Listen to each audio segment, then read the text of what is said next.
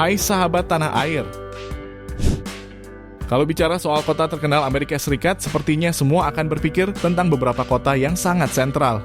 Seperti New York dengan Town Square-nya, Los Angeles dengan Hollywood-nya, dan Washington DC dengan Gedung Putih sebagai pusat pemerintahan.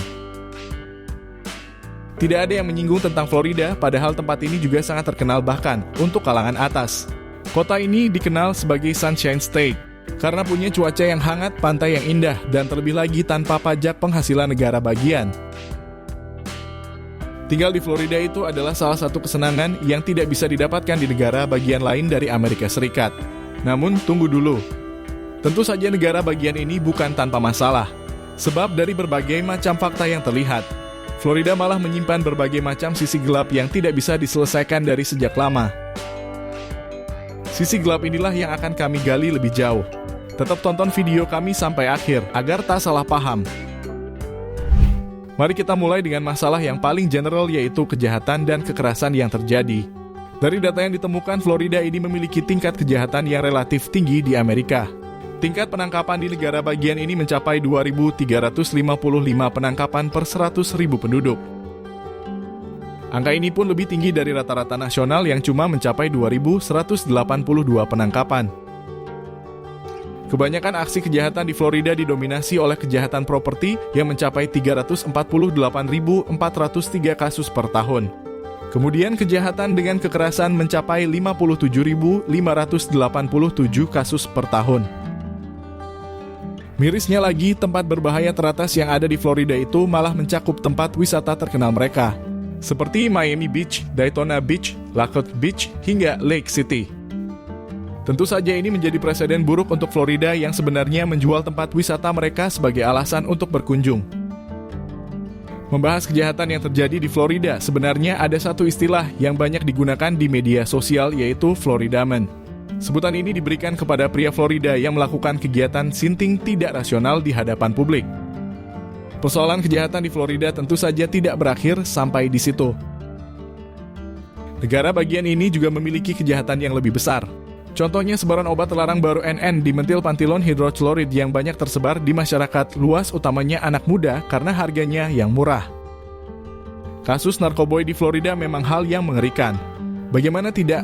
Kasus ini membawa banyak pecandu yang kehilangan arah. Hal paling parah bagi para pecandu ini adalah dijadikan objek untuk perdagangan manusia. Dari laporan NBC News, Simon yang merupakan korban dari lingkaran pecandu dan perdagangan manusia ini mengaku bahwa sejak umur 19 tahun dirinya sudah diperjualbelikan. Kegiatan perdagangan manusia seperti yang dialami Simon membuat Florida juga menjadi salah satu negara bagian dengan penyebaran penyakit seksual menular terparah di Amerika Serikat. Contohnya HIV, di mana Florida menempati posisi ketiga sebagai negara bagian dengan jumlah pengidap HIV terbanyak. Kehidupan malam di Florida, khususnya di kota-kota besar seperti Miami dan Orlando, menyimpan potret kelam yang penuh dengan bahaya. Salah satu sisi gelap yang menonjol adalah maraknya perdagangan narkoboy.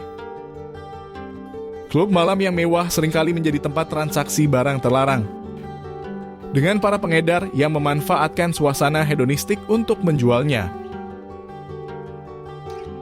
Selain itu, Florida juga menjadi salah satu titik panas perdagangan manusia di Amerika Serikat. Klub-klub malam dan bar yang tampak glamor terkadang menjadi tempat tersembunyi untuk eksploitasi, di mana perempuan muda dan pekerja malam kerap kali diperdagangkan secara ilegal.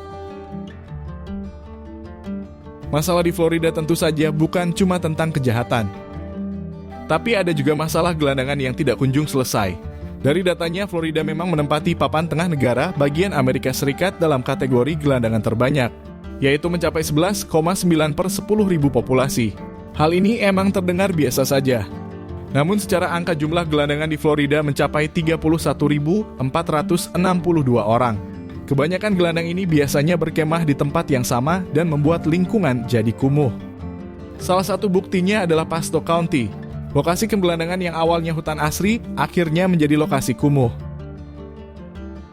Kebanyakan dari para gelandangan di Florida ini mendapati diri mereka ada di jalan karena berbagai macam alasan.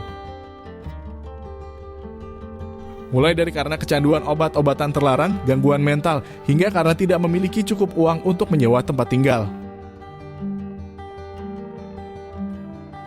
Orang-orang yang tidak memiliki cukup uang untuk menyewa tempat tinggal dan berakhir menjadi gelandangan adalah buah dari masalah hunian yang ada di Florida. Perlu kita ketahui, kalau di Florida cuma ada 25 hunian layak untuk tiap 100 penyewa berpenghasilan rendah di sana. Hal ini mengakibatkan tingginya persaingan untuk mendapat hunian layak di sana, yang membuat pemilik properti bisa menaikkan harga semau mereka karena sudah pasti dapat pelanggan. Masalah hunian yang ada di Florida itu bermuara dari berbagai macam masalah. Mulai dari tingginya tingkat migrasi di wilayah ini, kemudian ada juga naiknya harga rumah yang ada di Florida. Dari datanya, kenaikan harga rumah mencapai 5-18%. Kenaikan ini enggak sebanding dengan kenaikan gaji yang ada di Florida yang cuma mencapai 4,3%. Jadi tak mungkin gaji bisa mengejar harga rumah yang ada di Florida. Buruknya masalah perumahan dari Florida tadi juga ditambah dengan keberadaan bencana alam dan krisis lingkungan di sana. Florida masuk sebagai salah satu tempat yang langganan menerima kasus badai tropis. Yang paling terkini dialami Florida adalah badai Helena yang melanda pada akhir September 2024. Badai kategori 4 ini membawa angin kencang hingga 140 mil per jam. Gelombang badai dan banjir yang parah menelan korban hingga 63 orang yang tewas. Kawasan paling parah adalah Big Bend, di mana badai menyebabkan kerusakan besar termasuk rumah dan bisnis yang terendam air, serta pemadaman listrik yang meluas. Seperti yang sudah disebut, Florida memang langganan badai. Di tahun 2022 lalu Florida diterpa salah satu badai yang paling mengerikan, yakni badai Ian, yang menewaskan lebih dari 100 orang. Badai dengan kecepatan mencapai 260 km per jam ini memberikan kerugian properti mencapai 113 miliar dolar. Badai Ian ini memang tidak terjadi tiap tahun. Namun bencana kecil seperti banjir adalah hal yang selalu terjadi tiap tahunnya. Salah satu penyebab Florida menjadi langganan banjir karena kenaikan permukaan air laut sebab faktor krisis iklim.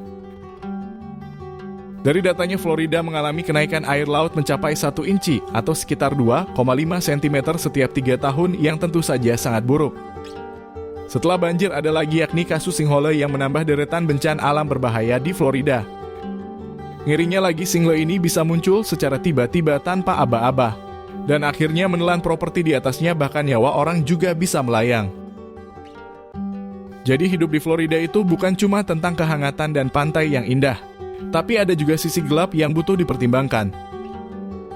Sisi gelap lainnya yang tidak kalah mencengangkan adalah kasus yang datang dari The Village, sebuah perkampungan di Florida yang menjadi tempat banyak pensiunan menghabiskan masa tua mereka.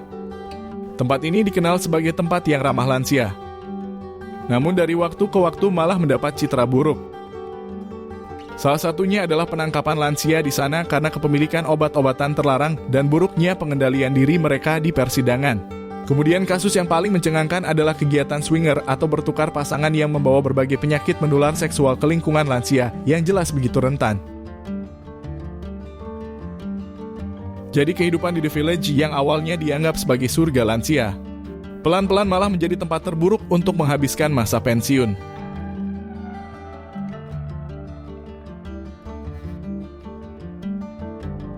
Itulah penyakit atau sisi gelap di negara maju. Sisi gelap Florida ini sekali lagi mengajarkan kita kalau semua yang terlihat cantik dari luar belum tentu indah dari dalam. Terima kasih.